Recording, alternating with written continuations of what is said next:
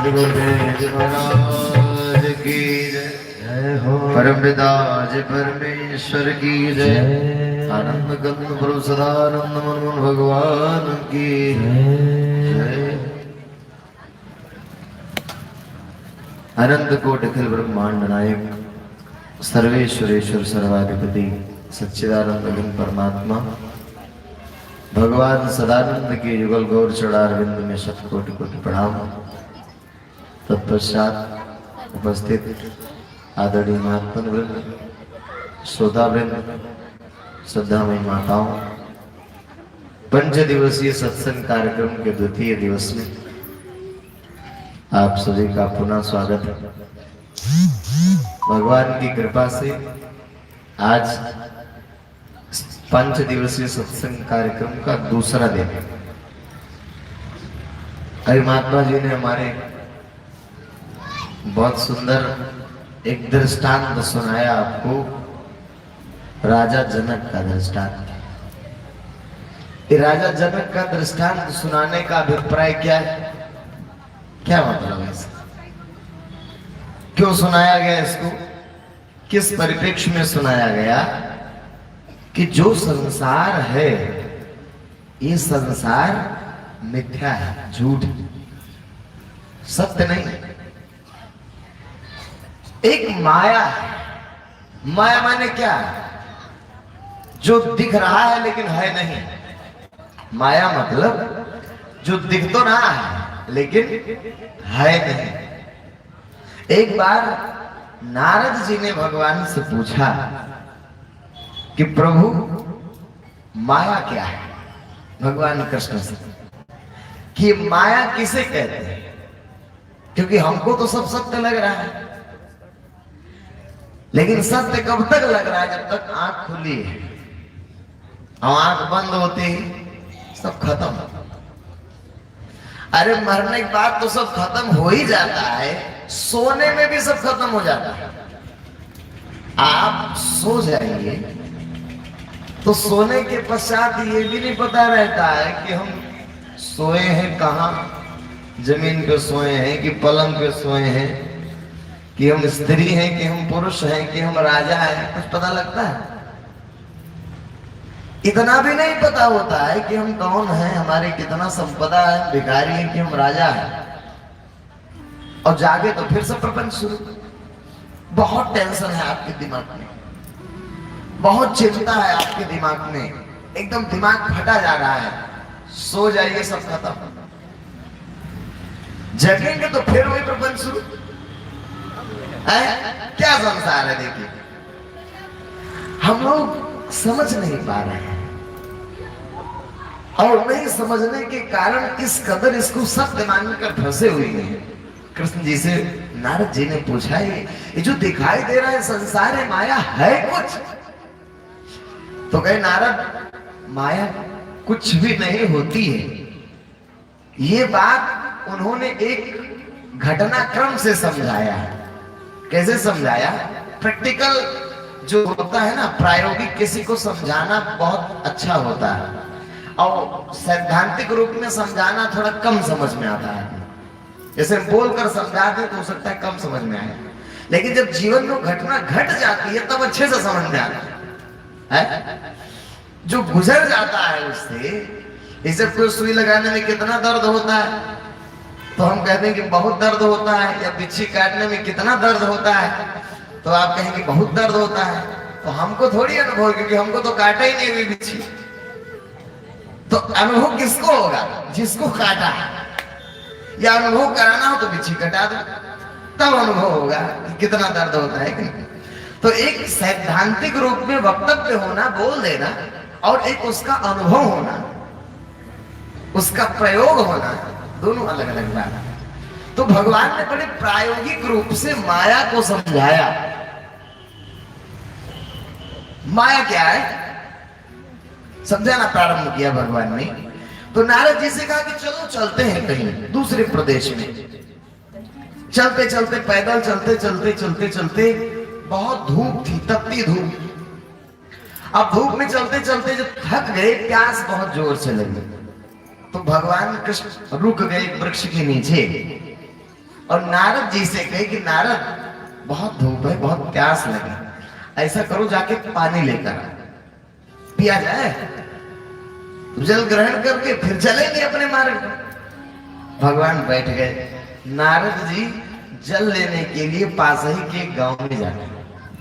आप समझ रहे माया का मतलब क्या है? कुछ नहीं, लेकिन दिखाई सब दे रहा है। कितना विचित्र सृष्टि है, आप देखिए कितनी वैचित्रता को लिए हुई सृष्टि है कि कुछ नहीं होने के बावजूद भी सब कुछ कैसे दिख रहा है भाई। आप टीवी को देखकर आश्चर्य नहीं होता कि इसमें कुछ नहीं है फिर भी सब दिखाई दे रहा है? तो ऐसे सारी सृष्टि है कुछ नहीं फिर भी दिख रहा है। तो कैसे उन्होंने समझाया?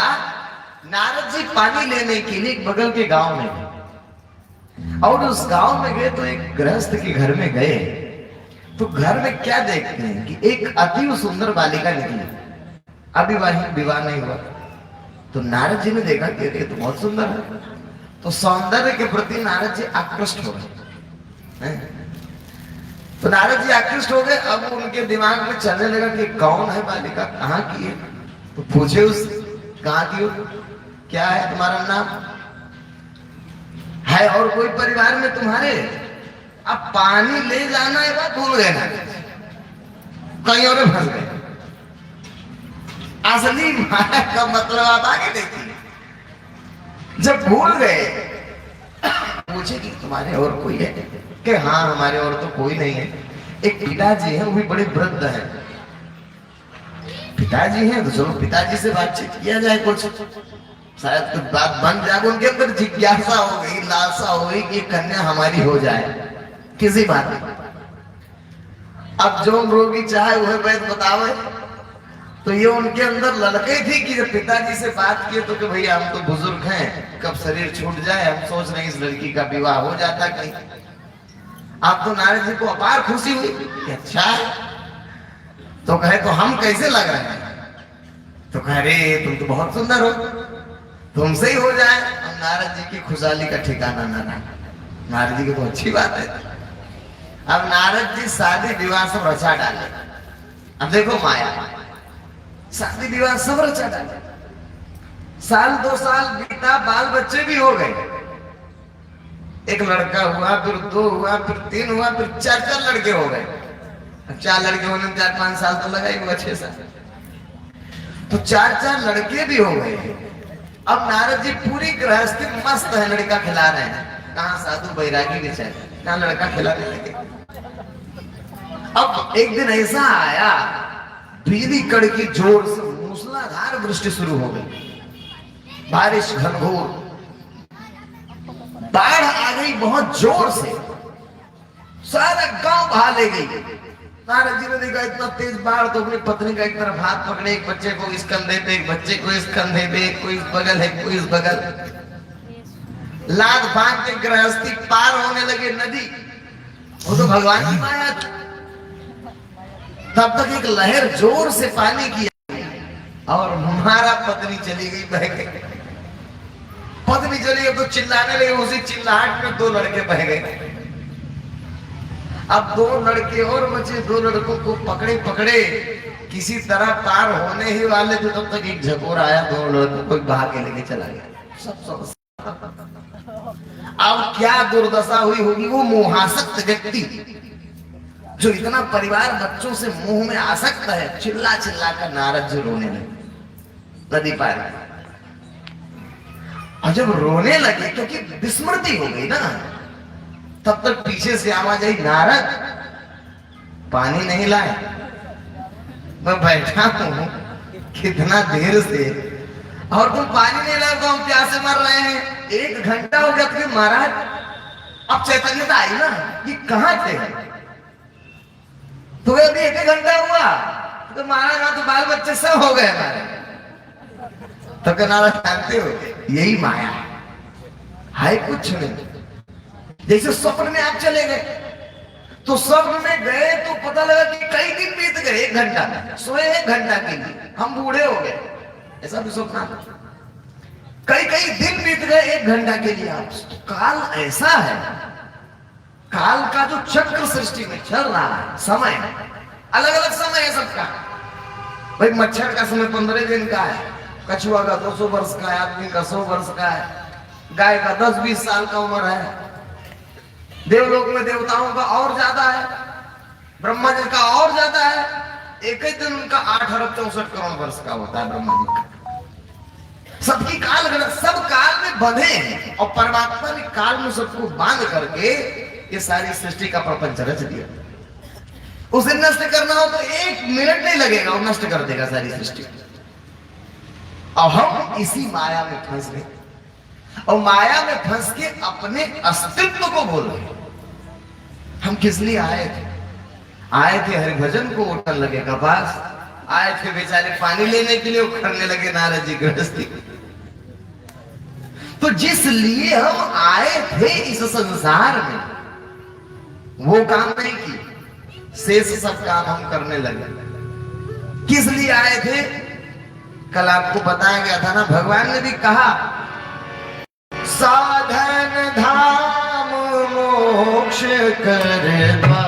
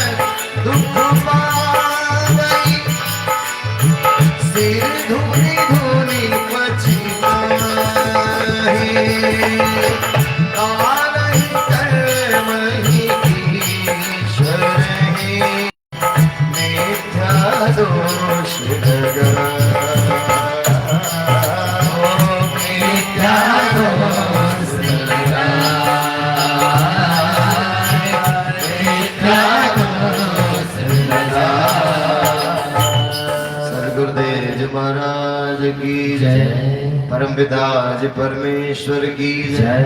आनंद गंग प्रभु सदानंद मनमोहन भगवान की जय। कोई भी चीज संसार में मिलता है तो उसका निश्चित उद्देश्य है कि नहीं? किसी काम के लिए कोई चीज बनाई जाती है ना। तो भगवान ने इस शरीर को जो बनाया था वो किसके लिए बनाया था? राम जी कह रहे मोक्ष, मुक्ति के लिए बनाया था। यदि मुक्ति नहीं कर पाए आप तो समझिए कि व्यर्थ हो जाएगा मनुष्य का। मुक्ति है, मोक्ष है। मोक्ष इसलिए हमको प्राप्त करना है क्योंकि 84 लाख योनियां बहुत कष्टकारक है, इतना कष्टप्रद है, इतना कष्टप्रद है कि आप उसका आकलन में बिच्छी वाला हाल है, मारेगा नहीं तो पता ही नहीं लगेगा कितना दर्द होता है। लेकिन अनुभूति कर सकते हैं कि 1000 बिच्छू एक साथ डंक मारे, उतना मरने में तो कष्ट होता है। यही छोड़ दो, ये तो जन्मने मरने वाली बात है। नर्क इतना दुसाध्य है। नर्क जान रहे हैं? 28 प्रकार के नर्क हैं। नर्क में एक नर्क ऐसा ऐसा है। भोगना किसको है? जीवन आप ही भोगेंगे, शरीर नहीं छोड़कर चले जाएंगे, सूक्ष्म शरीर से भोगेंगे। तो कष्ट की अनुभूति वही यही भी कर रहा है, यहां भी वही अनुभव कर रहा है। ये जो मारा गया ये चोट किसको लगा? उसी को लगा, तो वही निकल के जाएगा। तो चोट तो वहां भी लगेगा, तो कौन बचाएगा? ऐसे ऐसे नर्क हैं।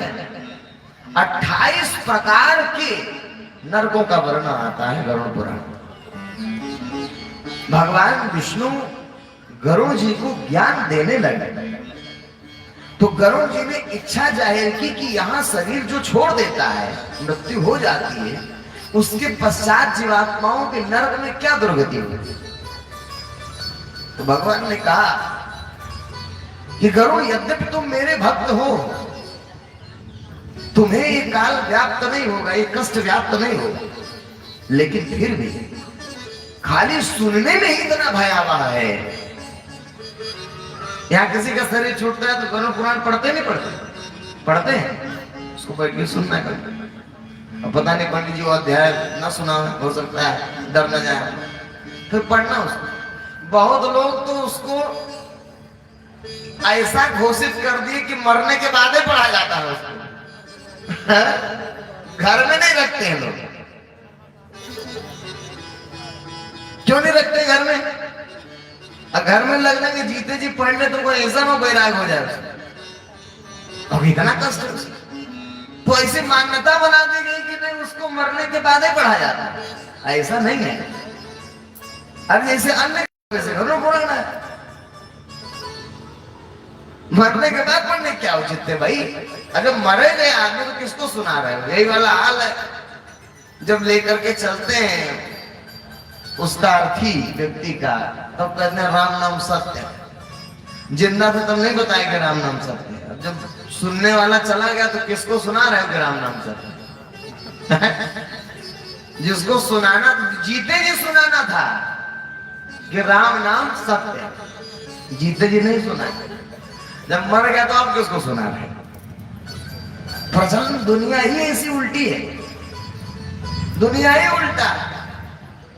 अच्छा, इसलिए क्या है, रमजान में जाते हैं तो राम नाम सत्य कहते कहते लेकर के जब जाते हैं और चिता पर रखा जाता है तो मुखाग्नि दी जाती है। मुखाग्नि, अग्नि लगाई जाती है। अब अग्नि किस तरह लगाई जाती है? मुख की ओर से। जिधर मुख होता है उधर से अग्नि लगती है, पैर की ओर से नहीं लगता है। क्यों क्यों नहीं लगता पैर की ओर से? इसलिए मुख में अग्नि दी जाती है। अब मुख तो कहीं दिखता नहीं है, लेकिन एक धारणा है कि भाई मुख जिधर हो उधर से अग्नि, मुखाग्नि कहा जाता है। क्योंकि मुख जो मिला है वो भगवान भगवान कहने के लिए मिला। अब तुमने क्या कहा? बेटा बेटा बेटा, तो बेटे तुम्हारे मुंह में आग लगाएगा। मुंह से बेटा बेटी चिल्लाए हो तो बेटे मुंह में आग लगाता है। तो वास्तव में कहने का मतलब, नरक की यातना ऐसी दुसाध्य है। गरुड़ जी ने कहा,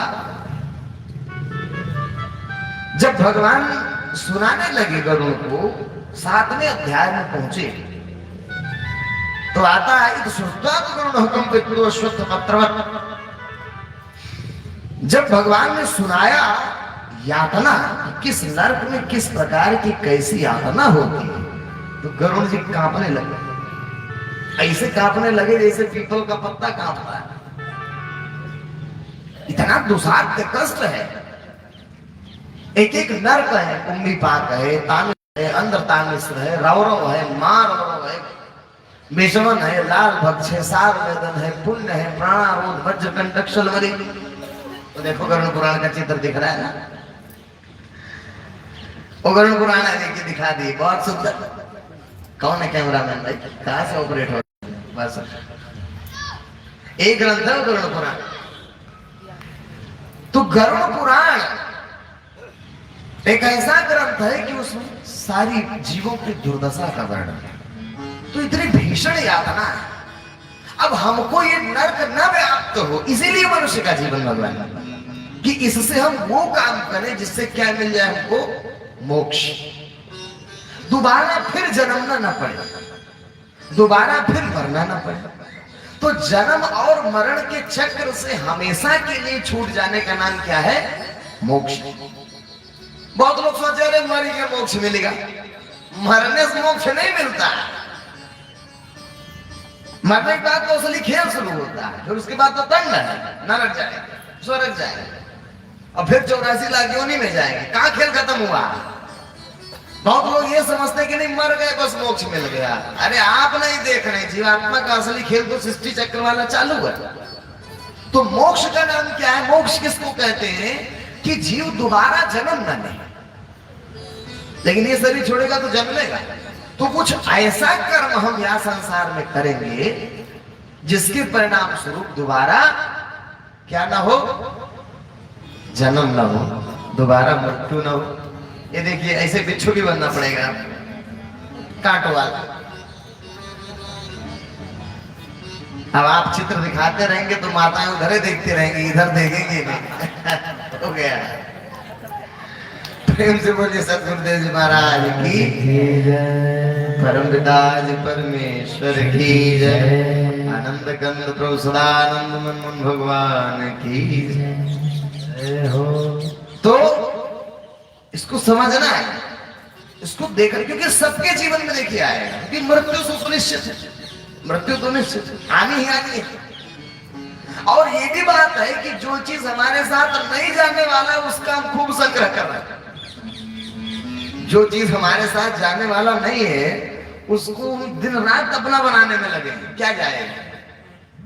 धनानि भूमौ पशवाश्च गोष्ठे और नारी गृहद्वार जना श्मशाने और देहश्चितायाम परलोक मार्गे और धर्मानुगो गच्छति जीव एकः। क्या कहे? धनानि, धन, धन जाता है किसी के साथ? कमा लो हीरे और मोती, कफन में जेब नहीं होती। कफन में जेब नहीं, क्यों नहीं बनाई गई जेब? क्योंकि कुछ जाने नहीं है साथ, इसलिए कफन में जेब नहीं बनाया गया, क्योंकि साथ नहीं जाएगा। तो धनानि, धन यही रह जाए। भूमि, भूमि, जमीन किसी के साथ गया आज तक? कोई ले जा पाया है क्या? महात्मा जी सुनाए तो राजा जनक कहेंगे राज तुम्हारा है तो तुमने बनाया क्या? अरे तुम्हें तो मिला है किसी से। तो जिस जमीन पर बैठे हो लिए कहां से? किसी से लेकर ही ना घर बनाए हैं। अब आप मर जाएंगे तो वही जमीन दूसरे की हो जाएगी, फिर वो भी हमारा हमारा कहेगा, फिर वो मर जाएगा तो तीसरी की हो जाएगी। संपत्ति किसी की नहीं है, ये बेवकूफी की हमारी हमारी जो कहता है वो मूर्ख। ऐसा कि कहां किसी की है? जब तक जिंदा है तब आपकी, फिर किसी और की हो जाएगी। किसी की नहीं है संपत्ति। तो धनानि भूमौ, भूमि भी किसी की नहीं। और पशवाश्च गोष्ठे, और भैंस किसकी है? पशु, भैंस गाय आपकी है? वो नहीं। आप एक सामने कितनी भैंसें मर के चली गई है कि? तो पशवाश्च गोष्ठे, पशु भी एक घर में बांधे रह जाएंगे। और धनानि भूमौ पशवाश्च गोष्ठे, नारी स्त्री कहां जाएगी? स्त्री कहां तक जाएगी? घर के दरवाजे तक। नारी गृहद्वार जना श्मशाने, और जो आपके साथी हैं, जो लोग मित्र हैं, वो कहां तक जाएंगे? शमशान तक। और देह चितायाम, शरीर कहां तक जाएगा? चिता तक। जिधर जाएगा शरीर भी नहीं जाने वाला है। देह चितायाम, बस खत्म सब। जितना आप जुटाए थे शमशान तक पहुंचने पहुंचने तक सब खत्म, भी नष्ट हो गया। अब क्या हो गया? परलोक मार्गे अधर्मानुगो गच्छति जीव एकः। जीव के साथ इसके बाद केवल और केवल धर्म है, केवल कुछ जाएगा। यहां तक पहुंचते पहुंचते सब खत्म हो गया, कुछ नहीं बचा, खाली हाथ हो गया। और अगर धर्म होता है ना, साथ में जाता है। शरीर छूटने के बाद भी धर्म साथ में जाएगा, क्योंकि वो जीवात्मा से संबंधित है। नहीं तो पाप की गठरी लेके जाओगे। धर्म एक ऐसा है,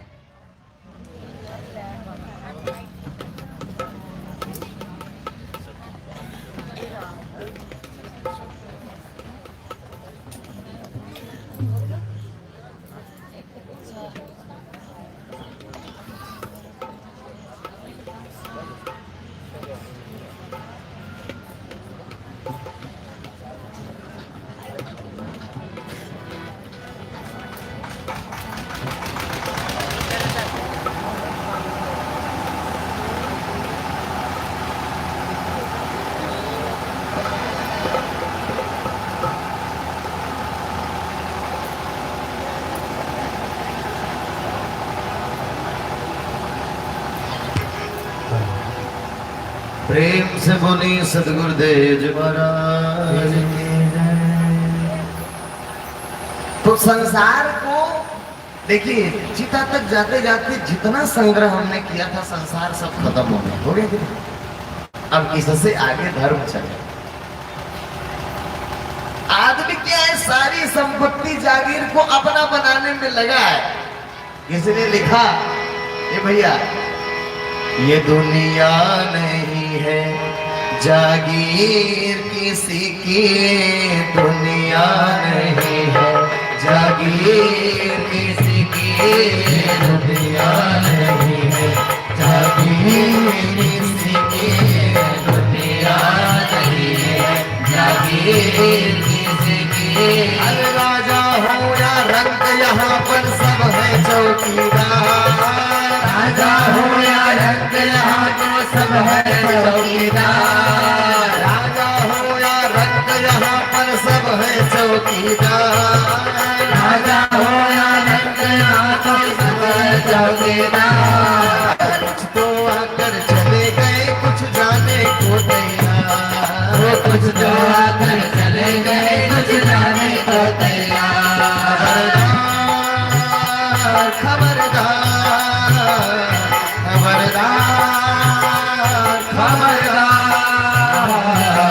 दुनिया नहीं जागीर किसी की, दुनिया नहीं जागीर किसी की, दुनिया नहीं जागीर किसी की, दुनिया नहीं जागीर।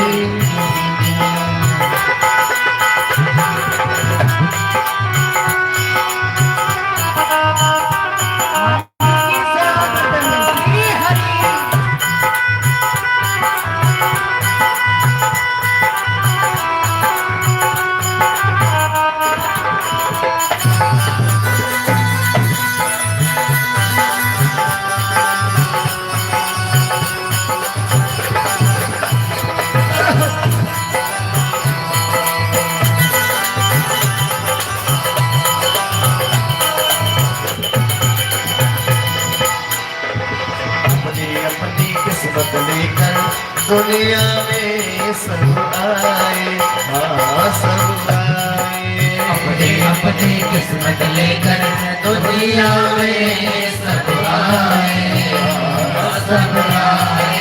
हो विश्वास के जग में वो पूरे कर जाए, हाँ कर जाए।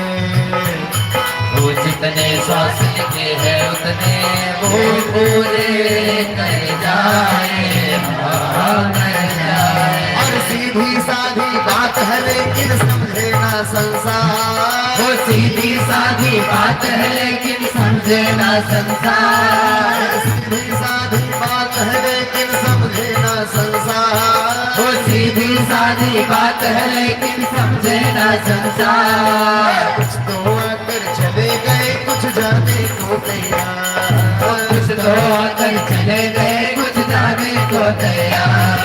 खबरदार खबरदार खबरदार, याद जागीर किसी की, दुनिया नहीं है जागीर किसी की, दुनिया नहीं है जागीर किसी की। हर राजा हो या रंग यहाँ पर सब है चौकीदार, राजा हो या रंग यहाँ पर सब है चौकीदार, राजा हो या रंग सब क्या चौकीदार। यानी आप जिस जमीन की आज चौकीदारी कर रहे हैं फिर चले जाएंगे फिर दूसरा चौकीदार आएगा। यानी इस जमीन किसी की नहीं है, आप क्या है, आपको इसका कुछ समय के लिए मालिक बनाया गया है। आप मालिक कहाँ से हो गए? राजा हो या रंग यहाँ पर सब है चौकीदार, राजा हो या रंग यहाँ पर सब है चौकीदार। कुछ तो आकर चले गए कुछ जाने को तैयार, हो कुछ तो आकर चले गए कुछ जाने को तैयार।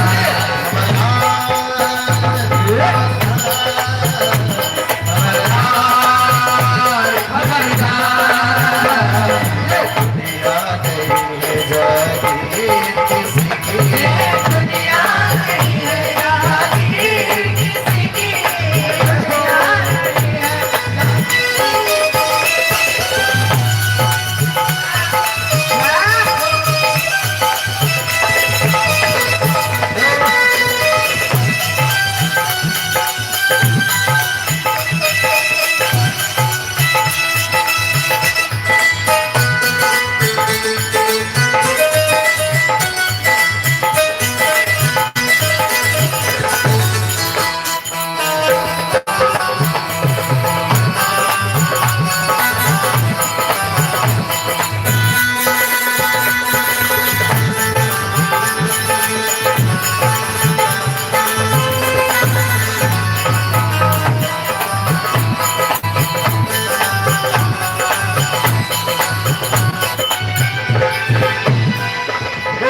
रहा है क्या क्या सपने रात को सोने वाले, सोने वाले।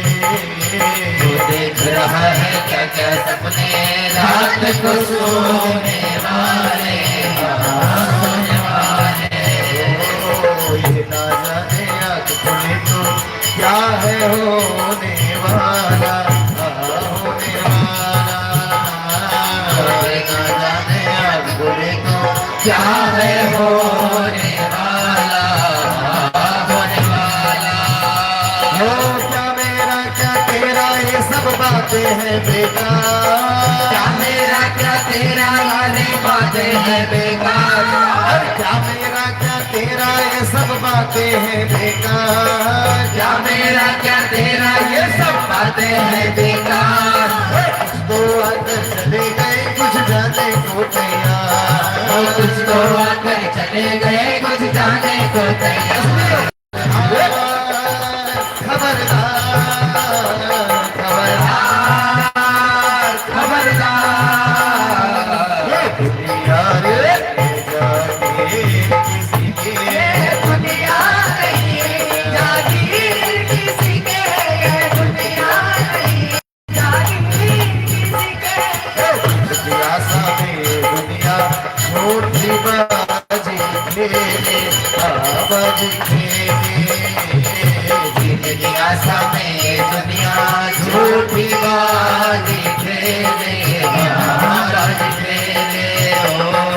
जब चाहे वो ऊपर वाला हाथ से पत्ते ले ले, पत्ते ले ले। तो जब चाहे वो ऊपर वाला हाथ से पर्दे ले ले, पर्दे ले। और उसके आगे एक चले ना लाख बनो होशियार, उसके आगे एक चले ना लाख बनो होशियार। उसके आगे एक चले ना लाख बनो होशियार। उसके आगे एक चले ना लाख बनो होशियार। तो आकर चले गए कुछ जाने को तैयार, कुछ तो आकर चले गए कुछ जाने को तैयार। खबरदार खबरदार, ये दुनिया दुनिया नहीं जागीर किसी के, दुनिया नहीं जागीर किसी के, दुनिया नहीं जागीर किसी के। राजा हो या राजा सब है जोगीदार। तो आगे चले गए कुछ जाने को तैयार, तो आगे चले गए कुछ जाने को तैयार। खबरदार खबरदार।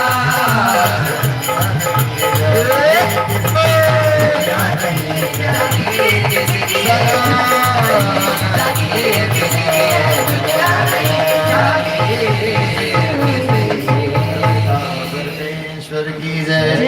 आनंद गंध प्रभु सदानंद मन भगवान की जय। ये दुनिया नहीं है जागीर किसी की, और जागीर बनाओगे तो क्या होगा? अपना बनाने वाले को ही देखिए कष्ट होता है। गौर से सोचो बात है, इस संसार में कष्ट व्यक्ति को क्यों होता है? कष्ट क्यों होता है, दुख क्यों होता है? क्योंकि किसी चीज से हमारी आशा और लगाव है कि नहीं, इसलिए दुख होता है।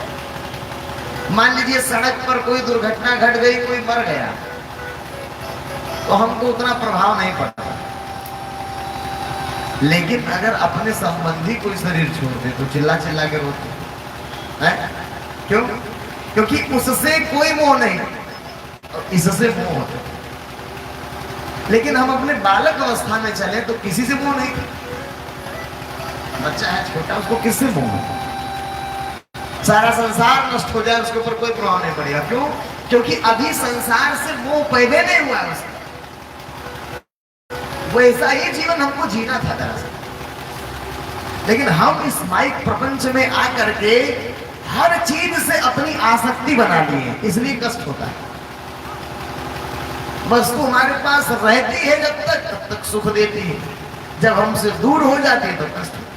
संत लोग क्या करते हैं, तो वैराग्य के पथ के पथिक हैं, वो अपना कहलाने वाली हर विषय को छोड़ दें। क्यों? कष्ट होगा ही नहीं, क्योंकि जब अपना कुछ है ये नहीं।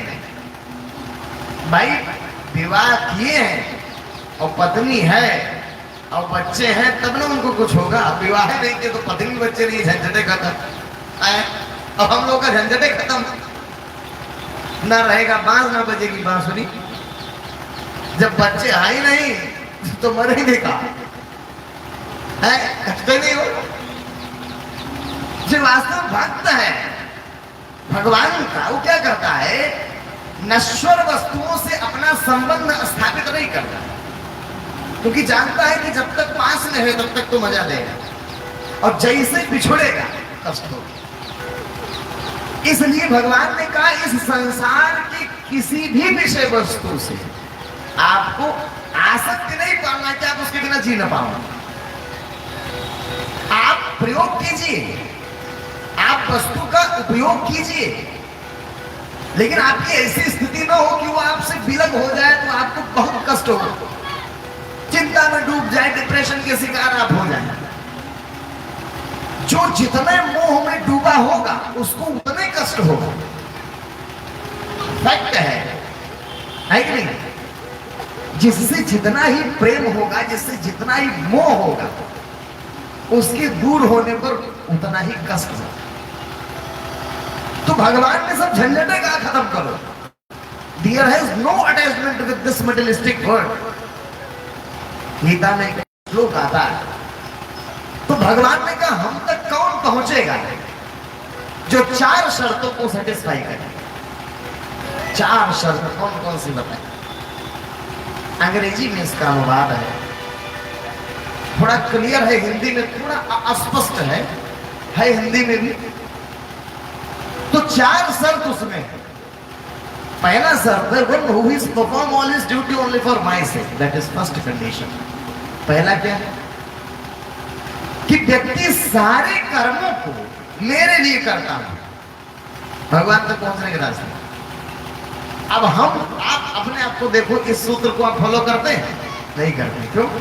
क्योंकि आप जो कर रहे हो अपने कुटुंब के लिए कर रहे हैं, परिवार के लिए कर रहे हैं। आपकी इंद्रियों से जो हो रहा है वो भगवान का कार्य काम है। वो तो छिट पुट सत्संग करा दिए, चले गए, वो सेवा दे दिए, एक छिट पुट काम है। इंद्रियों से जितना भी कर्म आपके हो सब भगवान के लिए हो। पहला शर्त। और दूसरा डिपेंड्स ऑन मी, मुझ पर आश्रित हो।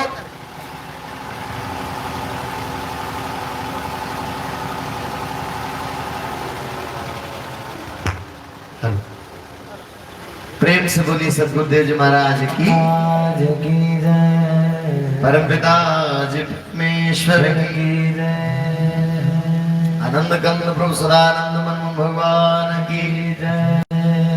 दूसरा शर्त क्या बताया? डिपेंड्स ऑन मी, मुझ पर आश्रित हो करके करना है।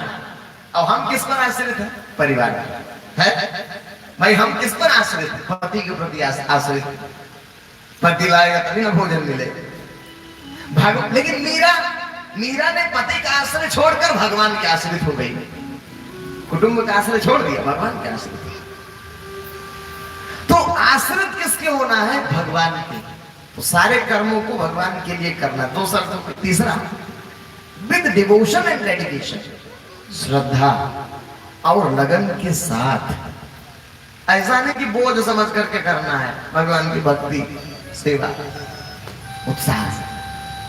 और चौथा सबसे कठिन शर्त, and there has no attachment with this materialistic world, और उसका इस भौतिक संसार से किसी भी प्रकार की कोई आसक्ति न हो। प्रयोग करेगा वस्तु का। देखिए वस्तु का प्रयोग कर रहे हैं। अब आप कहो कि जो ये कपड़ा है तो इससे आसक्ति है, तो कपड़े से आसक्ति नहीं, ये आवश्यकता है। 2 प्रकार की चीजें, एक है आवश्यकता, एक है आवश्यकता बनाना। अब मान लीजिए आप जहां रह रहे हैं, आपको यहां से हटा दिया जाए, आप हटेंगे नहीं। क्यों? क्योंकि इससे आसक्ति है, लेकिन हमको हटा ही जाना है 5 दिन बाद। हम लोग जो जीवन जीते हैं मतलब 1 महीना तो कोई रहती नहीं। 1 महीना याद करना पड़ेगा कि साल में कहीं 1 महीना रहे हैं। 10 दिन वहां तो 15 दिन वहां तो 5 दिन वहां तो 2 दिन वहां, ऐसे करके पूरा साल चल रहा है। 10 साल से ऐसे चल रहा है, ऐसे चल रहा है। तो किसी स्थान से भी आ सकती नहीं, व्यक्ति से भी बस उतना ही व्यवहार है जितने से आपका काम चल जाए। यानी वो मर जाए, वो शरीर छूट जाए तो उसका इतना प्रभाव आपके ऊपर नहीं पड़ता। और जो पढ़ने वाला था उसको छोड़ दिए हम लोग। परिवार ही होता है मुख्य, माता पिता भाई बहन सगे संबंधी, तो इनसे पहले ही राग हट चुका, पहले ही छोड़ दिए। तो अब कोई खास प्रभाव नहीं। जैसे क्या होता है, मान लीजिए जो लड़की है, बच्ची है, बालिका है, विवाह नहीं हुआ है, तब तक माता से बहुत मोह रहता है, पिता से बहुत मोह रहता है। लेकिन वही बालिका जब विवाह हो जाता है तो वो मोह ट्रांसफर हो जाता है पति में, बच्चे हो जाते हैं तो मोह बच्चों में हो जाता है। अब माता के पिता उतना मोह नहीं है कि नहीं? तो ऐसे ही क्या हुआ, हम लोगों ने जो मोह घर परिवार संसार में था उसको छोड़ दिया, हटा दिया। तो अब सारा मोह जो हो गया वो भगवान के प्रति हो गया। सारा मोह और सारी आसक्ति का हो गई, परमात्मा के प्रति हो गई। और परमात्मा एक ऐसा चीज है, कभी मरता ही नहीं, कभी नष्ट ही नहीं होता। तो वो नष्ट नहीं होगा तो आपको कष्ट नहीं होगा, कष्ट नष्ट से होगा। जब वो हटेगा, वो दूर जाएगा तो कष्ट होगा। और ऐसी चीज से हमको प्रेम करना है, ऐसी चीज से हमको संबंध स्थापित करना है जो नष्ट, अथवा उतना ही व्यवहार करना है जितने में हमारा काम चल जाए। व्यवहार करना दुश्मनी नहीं कर लेना है, व्यवहार करना है, लेकिन उतना ही जितना हमारे काम चल जाए उतना ही व्यवहार करना। तो आप संसार में आनंदित रहे। Then he reaches to me, ये 4 शर्त जब फॉलो करेंगे तब आप उस तक पहुंचेंगे। अब बताइए, इन चारों में से एको शर्त आप पालन कर रहे हैं? एको शर्त नहीं पालन कर रहे हैं, कैसे पहुंचेंगे? सारे कर्तव्य कर्मों को आप घर परिवार के लिए कर रहे हैं, घर में आश्रित होकर, नौकरी चाकरी के आश्रित होकर कर रहे हैं, और उसी में सारी श्रद्धा और लगन है आपकी। तीसरी शर्त। और चौथा, नो अटैचमेंट। भयंकर अटैचमेंट है। अटैचमेंट मैंने लगाओ, बच्चे से लगाओ, पत्नी से लगाओ, कैसे पहुंचेंगे? सूत्र तो दे दिया भगवान ने। इन चारों सूत्रों को आप सेटिस्फाई करेंगे तब पहुंच पाएंगे वहां तक। और 4 में से सूत्र नहीं लागू है तो क्यों? जय सिंह जी तो लागू करना, प्रयास करना। क्योंकि अगर प्रयास नहीं करने से, मान लीजिए आप हैं, ठीक है, जुड़े जुड़ाए जो हमारे लोग भगवान जी से जुड़े हैं, आते जाते हैं, उनको भी अभ्यास करना है कि हमको धीरे धीरे अपने प्रपंच को फैला न करके समेटे। पुरुषोत्तम जी का सब समेटा पड़ा है, तब वो 75% माया क्या स्त्री है, और आपकी 75% माया खत्म हो गई। तब भी जबरदस्ती पकड़े बैठे हैं आप। तो माया आपको नहीं पकड़ी, आपने माया को पकड़ा है। माया आपको नहीं पकड़ी, आपने माया को पकड़ा है। एक दृष्टांत आता है कि जो है एक गुरु जी थे और एक चेला जी थे। तो गुरु जी कहे कि चेला राम छोड़ो संसार परिवार, आओ हमारे साथ रहो। तो कहे क्या करें गुरु जी, बड़ी समस्या है, ये माया इतनी प्रबल है कि छोड़ती नहीं है हमको, झगड़े पड़ी है माया। तो कहे अच्छा, इसका रहस्य बताएंगे एक दिन। एक दिन गुरुजी चेला को साथ लेकर चले, तो चेला से थोड़ा पिछड़ करके गुरुजी एक पेड़ पकड़ करके चिल्लाने लगे जोर जोर से, दौड़ो चेला दौड़ो, पेड़ ने मुझे पकड़ लिया, पेड़ ने मुझे पकड़ लिया। तो चेला तो परेशान, दौड़ कर गया पेड़ के पास, देखा कि भाई दोनों हाथ दोनों पैर पेड़ से चिपका हुआ है गुरुजी का। अब वो ऊपर से हाथ छुड़ाया, हाथ छूट गया तो नीचे पैर छुड़ाने लगा, तब तक गुरुजी फिर हाथ से पकड़ लिए पेड़ को। अब बैठ कर जब हाथ छुड़ा के ऊपर देखा तो फिर हाथ पकड़ ली, पैर छुड़ाए तो हाथ से पकड़ रहे, हाथ छुड़ाए तो पैर से पकड़ ले, परेशान हो गया। फिर देखने लगा कि आखिर ये पेड़वा गुरु जी को क्यों पकड़ रहा है, हमको क्यों नहीं पकड़ रहा। अगर तो पेड़ ही पकड़ता तो हमको भी पकड़ता, लेकिन हमको तो पेड़ पकड़ ही नहीं रहा है, ये गुरु जी को क्यों पकड़ रहा है। तो जब पैर छुड़ा रहा है तो ऊपर देखा तो गुरु जी पकड़ लिए पेड़ को। तो भाई कहा गुरु जी परेशान कर दिया, अरे ये पेड़ तो आप पकड़ रहे हैं, पेड़ ने आपको कहां पकड़ा है, आप पेड़ को पकड़ रहे हैं। तो कहे बस मैं यही समझाना चाह रहा हूं कि हमने माया को पकड़ा, माया ने हमको नहीं पकड़ा, है कि नहीं। हमारा जो मोह, हमारी जो आसक्ति है, हमारा जो राग है, उसी के कारण हम पकड़े बैठे हैं। हम कहें चल तो क्यों नहीं जाएंगे, मोह नहीं जाने देगा। लेकिन आपका बच्चा हो भी पैदा हुआ है 6 महीना साल भर का, उससे कहें कि चलो तो चल देगा तुरंत, है कि नहीं, क्योंकि वो अनासक्त है, मोह से रहित है। लेकिन आप मोह से युक्त है, और इसी बवाल में आप कब पड़े, जब बड़े हो गए तब पड़े। आप थे नहीं मोही, परमात्मा के यहां से आप आए थे तो शुद्ध थे, एकदम निर्विकार, कोई आसक्ति नहीं थी संसार से। लेकिन जैसे जैसे बड़े होते गए हमने वस्तुओं को पहचानना शुरू किया। आपको 500 का नोट कहीं पड़ा मिल जाए तो आप एकदम जेब में रख लेंगे उठा के, और बच्चे को दे दो 500 का नोट फाड़ देगा। क्यों? क्योंकि उसको मोह नहीं, उसको जानता ही नहीं क्या है। ऐसा ही जीवन जीना है संसार। यदि ऐसा जीवन हो जाए ना तो ज्ञानी की स्थिति है, एक ज्ञानवान की स्थिति ऐसी होती है। और इसी स्थिति का अभ्यास करने के लिए घर परिवार सब साथ छोड़ा जाए। प्रेम से बोलिए सदगुरुदेव जी महाराज की, परम पिता जी परमेश्वर की जय। आनंद गंध ब्रह्मसदानंद मनमोहन भगवान की जय। तो मनुष्य जीवन का लक्ष्य क्या था?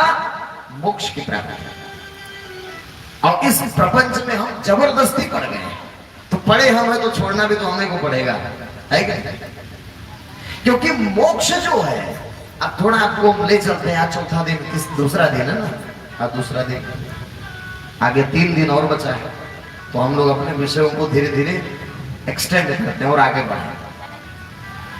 तो क्या है मोक्ष? मनुष्य जीवन का लक्ष्य क्या है? क्या प्राप्त करना है मनुष्य को?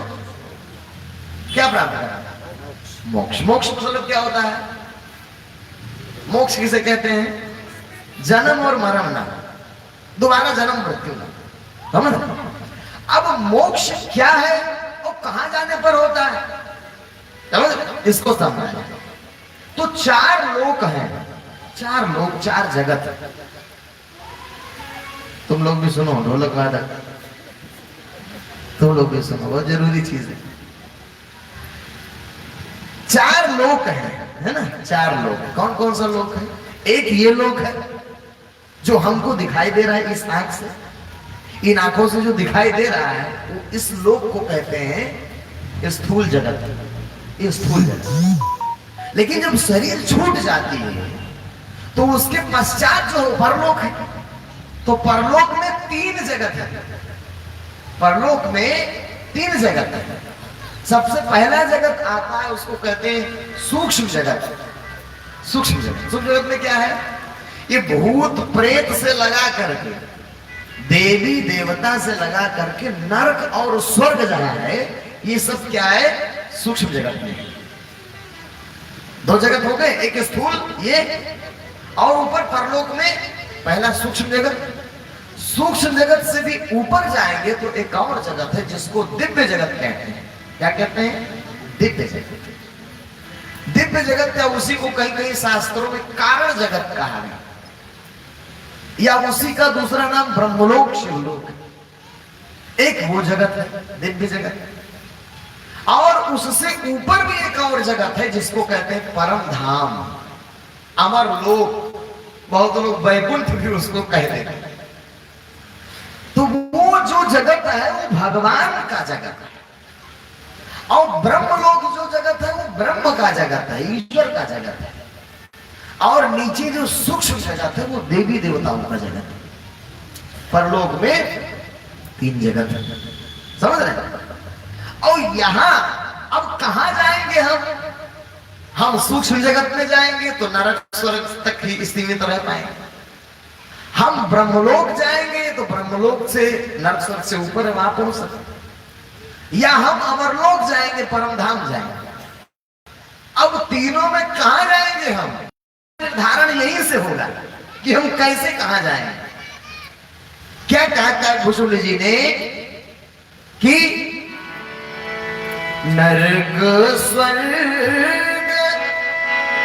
अपवर्ग सेनी ज्ञान विराग भगति शुभ देनी।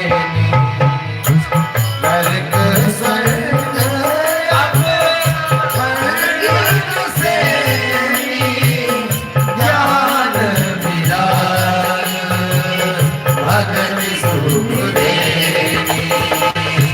नरक स्वर्ग अपवर्ग सेनी ज्ञान विराग भगति शुभ देनी। नरक स्वर्ग अपवर्ग सेनी ज्ञान विराग भगति शुभ देनी। धर हरि भजहि न जेन होहि विषय रति मंद मन। धर हरि भजहि न जेन होहि विषय रति मंद मन। काच की राजीवन लेते नहीं करते कार परसे बनि दे। हो करते डारी परस बनि दे। हो करते डारी परस बनि दे। सद्गुरुदेव महाराज की। यहां से सीढ़ी है, एक सीढ़ी भगवान ने आपको दिया, एक सीढ़ी है और वो सीढ़ी स्वर्ग तक जाती है। तो चाहो तो स्वर्ग में लगा लो। उससे लंबी एक और सीढ़ी है, उसको चाहो तो आप ब्रह्मलोक में लगा के ब्रह्मलोक चढ़ जाओ। और एक और सीढ़ी है जिसको आप परमधाम में लगा लो तो परमधाम पहुंच जाओ। समझ रहे? तो वो सीढ़ी कौन सी है? वो सीढ़ी है शरीर, मनुष्य का शरीर। अब ये ऐसी सीढ़ी है कि इसको चाहो तो आप इसी से नरक स्वर्ग भी चले जाओ, इसी से चाहो तो ब्रह्मलोक भी चले जाओ, और इसी से चाहो तो परमधाम अमरलोक चले जाओ। आपकी इच्छा है।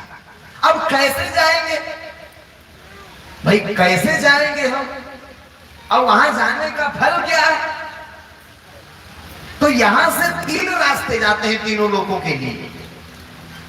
एक रास्ता जाता है अमरलोक, परमधाम। एक रास्ता जाता है ब्रह्मलोक, और एक रास्ता जाता है नरक और स्वर्ग। तीन रास्ते हैं यहीं से। अब कौन कौन से रास्ते हैं ये बताने से पहले हम जानना चाहेंगे कि कहां जाना पसंद करेंगे आप लोग। कहां जाना चाहते हैं? सूक्ष्म जगत में जहां देवी देवता रहते हैं, नरक स्वर्ग है, वहां जाना चाहते हैं कि ब्रह्मलोक जाना चाहते हैं जहां ब्रह्म का क्षेत्र है, कि परम धाम वैकुंठ जाना चाहते हैं? कहां जाना चाहते हैं? परम धाम ही क्यों जाना भाई? सूक्ष्म जगत में देवलोक में देवी देवताओं के क्यों नहीं जाना है? ऐसा अब देखिए, जाना है स्वर्ग नरक इसलिए नहीं जाना है क्योंकि स्वर्ग और नरक एक समझ लो होटल है। नरक में तो भैया कष्ट है, कोई नहीं जाना चाहे। और स्वर्ग में अगर चले गए तो कहे स्वर्ग हूं स्वल्प अंत दुखदाई। स्वर्ग का भी जो सुख है वो थोड़ी देर के लिए, जैसे पुण्य खत्म होगा फिर धकेल देंगे स्वर्ग से। आप देवता रखेंगे नहीं, जैसे होटल में तब तक रखेंगे जब तक जेब में पैसा है, पैसा खत्म हो कि निकाल के बाहर कर देंगे आप। ऐसे स्वर्ग है, जितना पुण्य यहाँ किए हैं आप उसी का फल बनेगा और स्वर्ग जाएंगे आप। तो स्वर्ग से फिर आवागमन है, फिर 84 लाख का चक्कर काटो, फिर वही नरक जाओ स्वर्ग जाओ। तो क्योंकि वहां मोक्ष नहीं है, वहां से आवागमन है, इसलिए स्वर्ग नरक जाना उचित नहीं है। समझ रहे? उससे ऊपर वाला जगत क्या है? ब्रह्मलोक। वो ब्रह्मलोक में भी वहां से भी आना पड़ता है, क्योंकि भगवान कृष्ण ने कहा गीता में अध्याय 9 में भगवान कह रहे हैं कि हे अर्जुन, तेतुम भुक्त्वा स्वर्गलोकम विशालम छिवे पुण्य मृत्युलोकम विशन्ति एवं त्रयी धर्म अनुप्रपन्ना गतागतम काम कामा लभन्ते। हे अर्जुन, जब यहां पुण्य करोगे तो पुण्य के प्रभाव से आपको शरीर छूटेगा तो क्या मिलेगा? स्वर्ग। लेकिन जैसे पुण्य खत्म हुआ फिर आप मृत्युलोक चले आओगे। समझ रहे? तो मृत्युलोक चले आएंगे आप, यानी वहां मोक्ष नहीं है, इसलिए उसको नहीं जाना है स्वर्ग में। स्वर्ग नरक की कामना बिल्कुल उस रास्ते को नहीं पकड़ना है जो स्वर्ग नरक ले जाता हो। दूसरा रास्ता ब्रह्मलोक जाता है। अब ब्रह्मलोक अगर आप चले गए तो ब्रह्मलोक में भी भगवान ने 8वें अध्याय में कहा कि अर्जुन, आ ब्रह्म भुवनालोका पुनरावर्तिनो अर्जुन मामुपेत्य तो कौन्तेय पुनर्जन्म न विद्यते। हे अर्जुन, अगर तुम ब्रह्मलोक भी चले गए तो ब्रह्मलोक से भी तुम्हारा पतन हो जाए, क्योंकि ब्रह्मलोक भी हमेशा हमेशा नहीं रहता, एक युग तक आपको रखा जाएगा, फिर भगवान धरती पर आएंगे तो फिर ब्रह्मलोक से भेज दिया जाएगा। अब उसके बाद धरती पर आके तो पता नहीं क्या हो जाए, माया में फंस जाए, फिर 84 का चक्कर काटने लगे, तो ब्रह्मलोक भी ठीक नहीं है। हमें कहां जाना है? अमर लोक जाना है। अमर लोक एक ऐसा स्थान है, यद गत्वा न निवर्तन्ते तद्धामं परमं मम। इसलिए किसी ने कहा, किसी से उनकी मंजिल का पता पाया नहीं जाता, किसी से उनकी मंजिल का पता पाया नहीं जाता, किसी से उनकी मंजिल का पता पाया नहीं जाता, किसी से उनकी मंजिल का पता पाया नहीं जाता। जहाँ है वो, जहाँ है वो फरिश्तों का बहार साया नहीं जाता, जहाँ है वो फरिश्तों का बहार साया नहीं जाता, किसी से उनकी मंजिल का पता पाया नहीं जाता, किसी से उनकी मंजिल का पता पाया नहीं जाता। फरिश्ते मतलब, फरिश्ते माने देवता। उर्दू लफ्ज में देवताओं को क्या कहते हैं? फरिश्ते। आप लोग देवता कह लो। तो किसी से उनकी मंजिल का पता पाया नहीं जाता। भगवान कृष्ण अध्याय 15 में कह रहे हैं, ये अर्जुन, अर्जुन ने पूछा कि प्रभु ब्रह्मलोक से भी वापसी है? तो कहे मामुपेत्य तो कौन्तेय पुनर्जन्म न विद्यते। जब तुम मुझे प्राप्त हो जाओगे तब तुम्हारा दोबारा जन्म मरण नहीं। तो कहे तो आप ब्रह्मलोक में नहीं रहते? तो कहा मैं ब्रह्मलोक में नहीं रहता हूं। मैं कहां रहता हूं?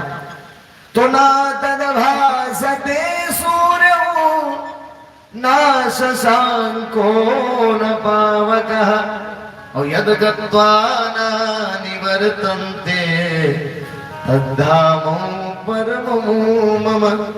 अर्जुन, मैं जहां रहता हूं वो मेरा परम धाम है। वहां ना तद्भासते सूर्य, सूर्य की भी रोशनी उसको प्रकाशित नहीं कर सकती, ना शशांक को चंद्रमा की रोशनी भी उसको प्रकाशित नहीं कर सकती, न पावकः अग्नि की रोशनी भी उसको प्रकाशित नहीं कर सकती। मेरे लोक को सूर्य और चंद्रमा की रोशनी भी नहीं पहुंच सकती।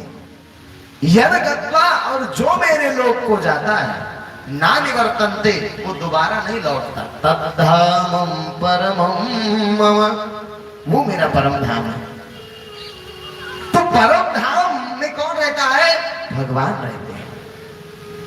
परम धाम कहाँ है? जहां फरिश्ते लोग भी नहीं पहुंच सकते, देवी देवता भी नहीं जा सकते परम धाम में। देवी देवताओं की पहुंच नहीं है। जहां है वो फरिश्तों का वहां साया नहीं जाता, किसी से उनकी मंजिल का पता पाया नहीं जाता। इसलिए तो कोई नहीं जान पाता है भगवान। कोई भी ब्रह्मा शंकर इंद्राज लोकपाल भी भगवान को नहीं जानते, क्योंकि जहां है वो फरिश्तों का वहां साया नहीं जाता। क्योंकि भगवान जाए वहां फरिश्ते भी नहीं पहुंच सकते। फरिश्ते माने देवी और देवताओं की पहुंच भी नहीं है। हमको वहां जाना है।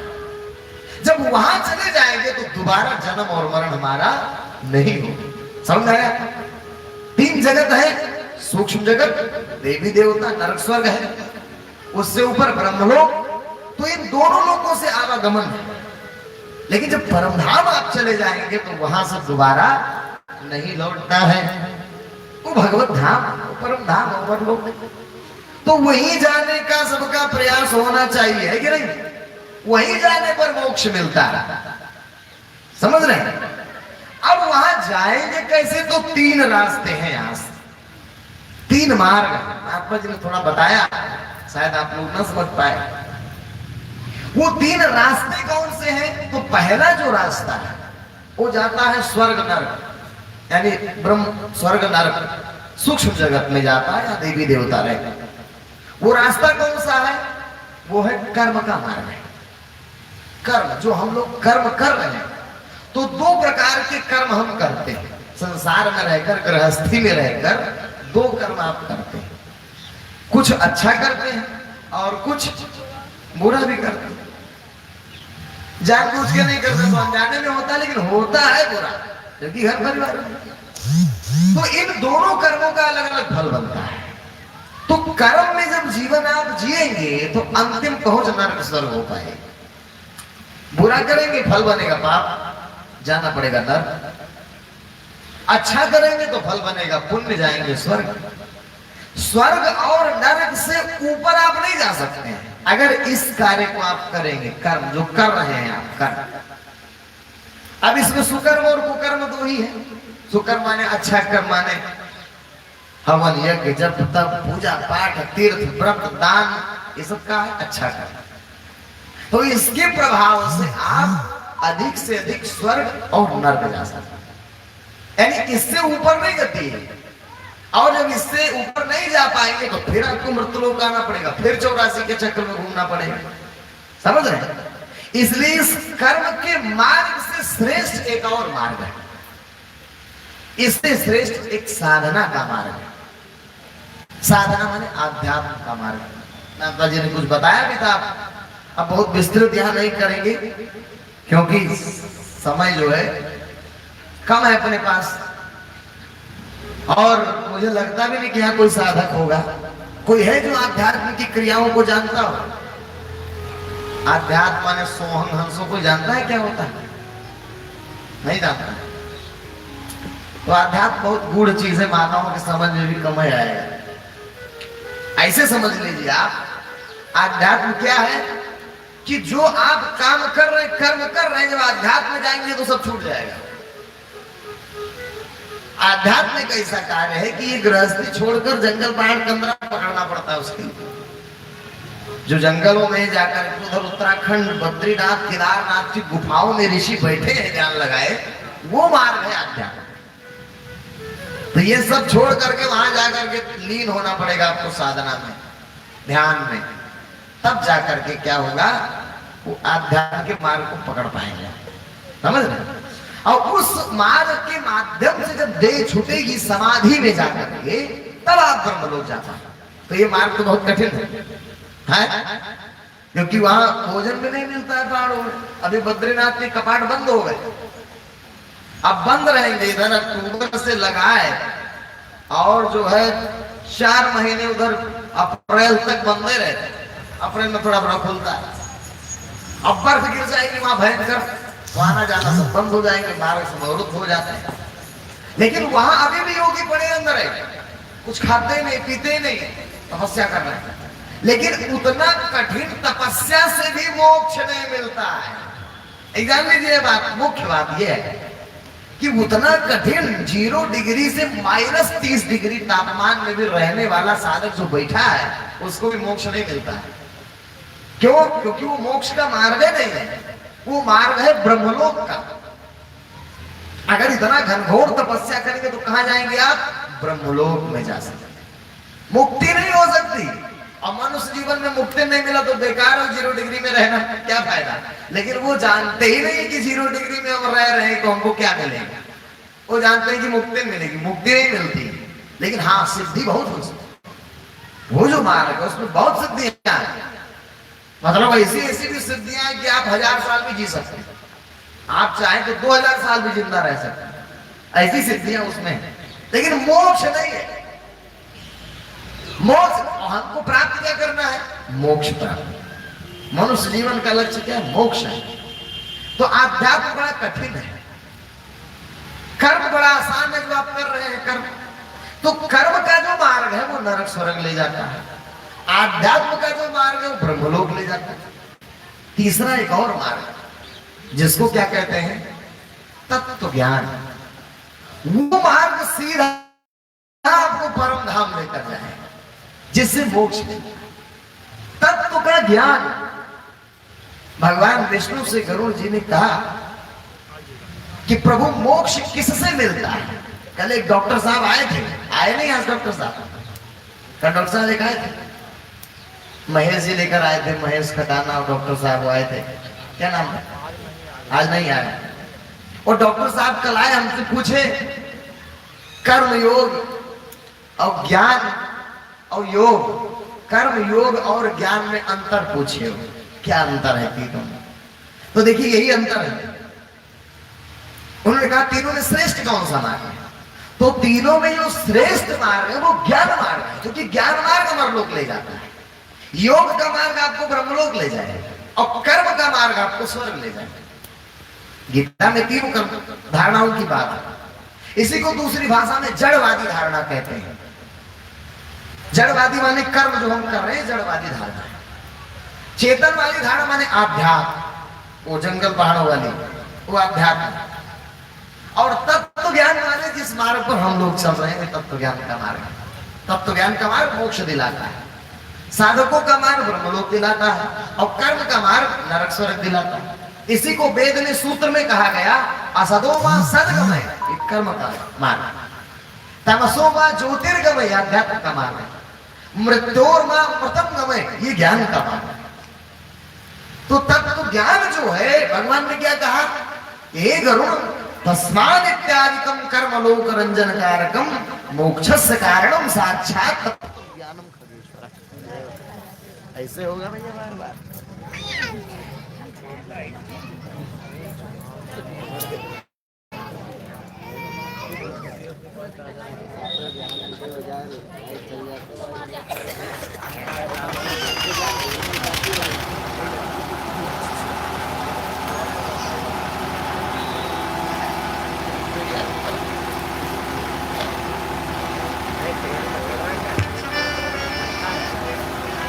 हेलो, प्रेम से बोलिए सदगुरुदेव महाराज की जय, परमपिताजी परमेश्वर की जय, आनंद कंद प्रभु सदानंद मनोहर भगवान की जय।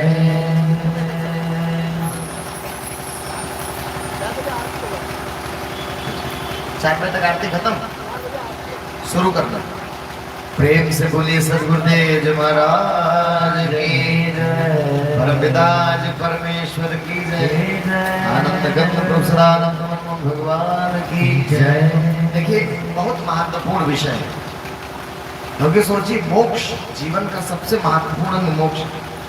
तो मैं जानता हूं कि आप लोग काफी देर से बैठे हैं, थोड़ा समस्या हो रहा होगा, लेकिन थोड़ा कष्ट सह लिया जाए अगर, और श्रेय का मार्ग पता लग जाए तो कर लेना चाहिए, है कि नहीं?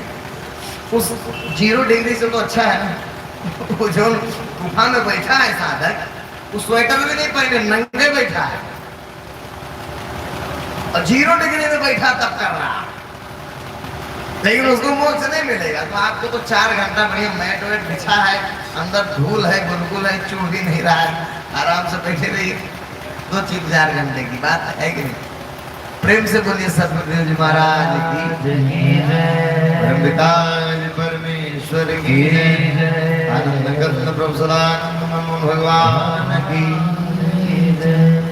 तो तत्व ज्ञान के मार्ग जिससे मोक्ष मिलता है उसको हम समझते हैं।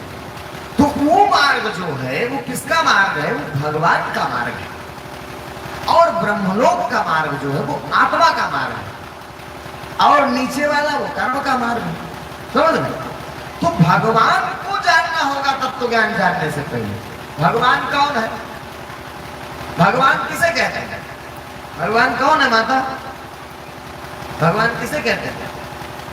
भगवान भगवान भगवान भगवान है तो हम नहीं जानते। भगवान भगवान है। भगवान कौन है हम पूछ रहे हैं भाई। कुछ लोग गणेश जी को भगवान करें, कुछ लोग शंकर जी को भगवान करें, कुछ देवी देवताओं को भगवान करें, कुछ पितरों को पूजने में लगा है। तो सवाल तो ये है कि भगवान कौन है? बहुत सारे ग्रामीणों में जाइए तो अलग अलग देवी देवताओं का स्थान बना करके उनको ही भगवान मानकर पूजते हैं। तो भगवान कौन है? मुख्य प्रश्न तो ये है, क्योंकि मोक्ष देगा भगवान ने। मोक्ष कौन देगा? भगवान देगा। और भगवान नहीं जानेंगे तो भक्ति किसकी करेंगे आप? अब करेंगे तो उल्टा पुल्टा होगा, क्योंकि भगवान कृष्ण ने अवैध घोषित किया है गीता में। यदि किसी की भी भक्ति आप करेंगे भगवान को छोड़कर तो मोक्ष नहीं मिलेगा, चाहे जितना श्रद्धा से करो, चाहे जितना श्रद्धा और लगन से आप भक्ति कर डालो, मोक्ष की प्राप्ति संभव नहीं है। इसलिए भगवान को जानना बहुत आवश्यक है कि भगवान है कौन। समझ रहे हैं? अब इसी के लिए इसी पर 3 दिन सत्संग चलेगा, कल परसों नरसों, और क्रीम निकलेगी अंतिम दिन 5वें दिन है। तो 3 दिन हम लोग मंथन करेंगे भाई परमात्मा कौन। सीधे बता देने से तो बात बनेगी नहीं, आपके पकड़ समझ में भी नहीं आएगा। बताने को तो 1 मिनट में बताया जा सकता है, लेकिन समझ में नहीं आएगा। तो समझाने के लिए 3 दिन की भूमिका हम लोग बना रहे हैं, ठीक है? प्रेम से बोलिए सतगुरुदेव जी महाराज की, परम पिता जी परमेश्वर की जय। आनंद कंद प्रभु सदानंद मनमोहन भगवान की। जो कि बहुत मतांतर है। देखिए, आप अलग अलग संप्रदायों में जाएंगे तो बुद्धिस्ट में जाएंगे तो कहेंगे कि बुद्ध भगवान, जैनियों के पास जाएंगे तो कहेंगे महावीर भगवान है, कबीर पंथियों के पास जाएंगे तो कहेंगे कबीर भगवान है। अलग अलग पंथ वाले अपना अपना घुसेड़ पंच मचाए हैं। कर्मकांडियों के पास जाएंगे तो उनके लिए सभी भगवान है, गणेशो भगवान, शंकरो भगवान, फलानो भगवान, ढिकान भगवान। अब सवाल उठता है कि इतने सारे भगवान कहां से आ गए भाई? वेद का मूल सूत्र है एको ब्रह्म द्वितीयो नास्ति, वो एक है।